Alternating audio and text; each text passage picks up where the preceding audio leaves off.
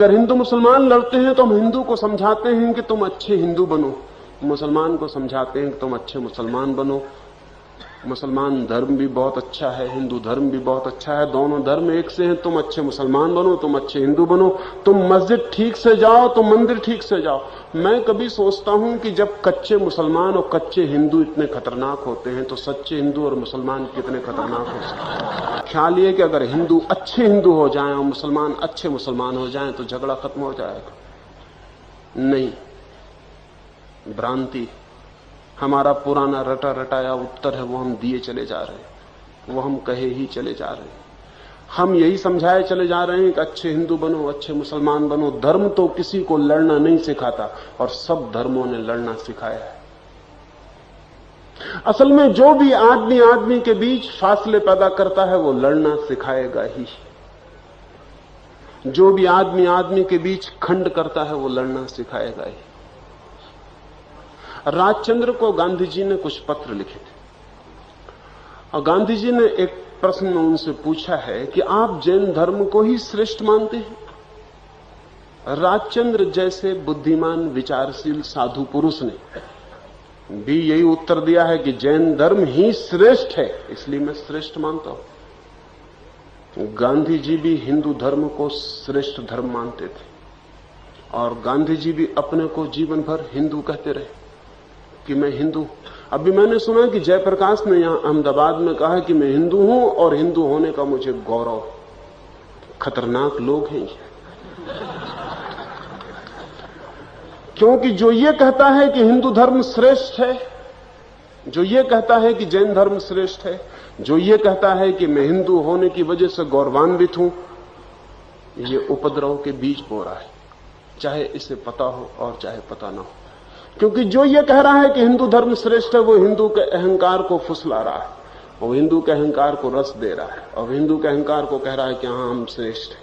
और जो ये कह रहा है कि इस्लाम श्रेष्ठ है वो इस्लाम के अहंकार को फुसला रहा है और जो जैन धर्म को श्रेष्ठ कह रहा है वो भी फुसला रहा है। और जो कह रहा है कि मैं गौरवान्वित हूं हिंदू होकर, मुझे गौरव है कि मैं हिंदू हूं, वो दूसरे लोगों को भी हिंदू होने के अभिमान से भर रहा है। और जहां हिंदू का अहंकार है, जहां मुसलमान का अहंकार है, वहां शांति नहीं हो सकती, तो वहां कोई शांति संभव नहीं।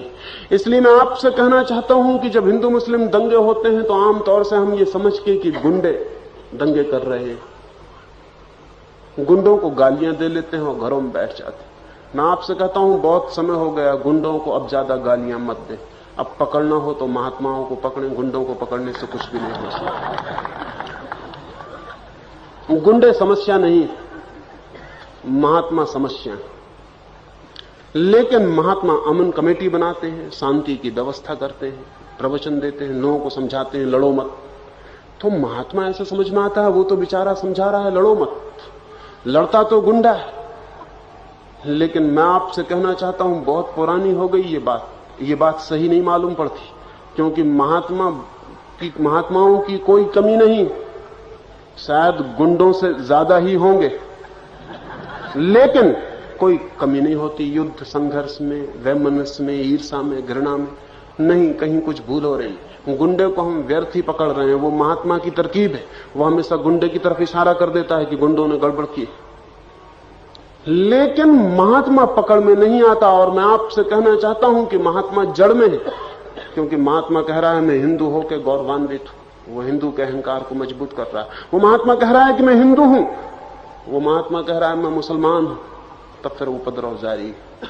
खान अब्दुल गफ्फार खान यहां आए, सारे मुल्क में गए, लेकिन वे पक्के मुसलमान हैं। और मैं कहना चाहता हूं पक्का मुसलमान होना खतरनाक है।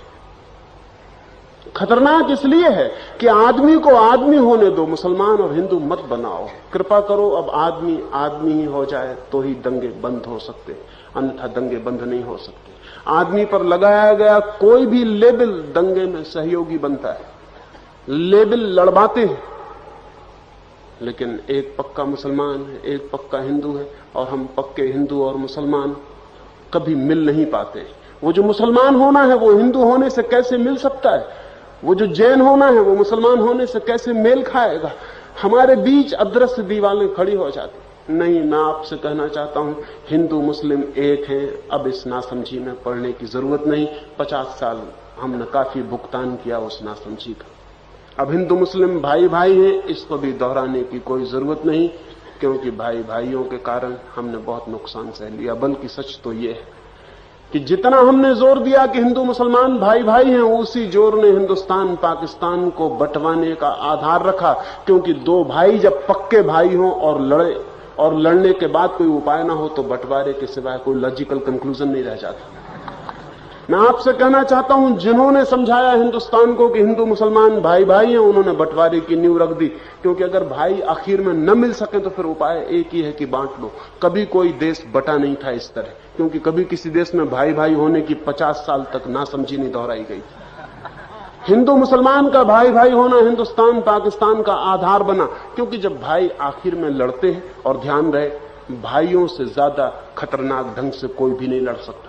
जब दो भाई लड़ते हैं तो बहुत खतरनाक ढंग से लड़ते हैं। भाइयों से खतरनाक कोई भी नहीं लड़ सकता।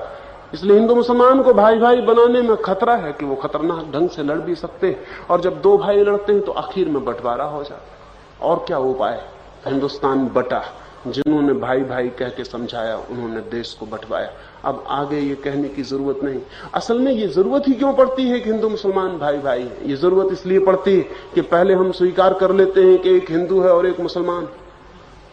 नहीं, मैं आपसे कहना चाहता हूं, ये उपद्रव बंद ना होंगे, ये सांप्रदायिक जहर समाप्त ना होगा। इस देश के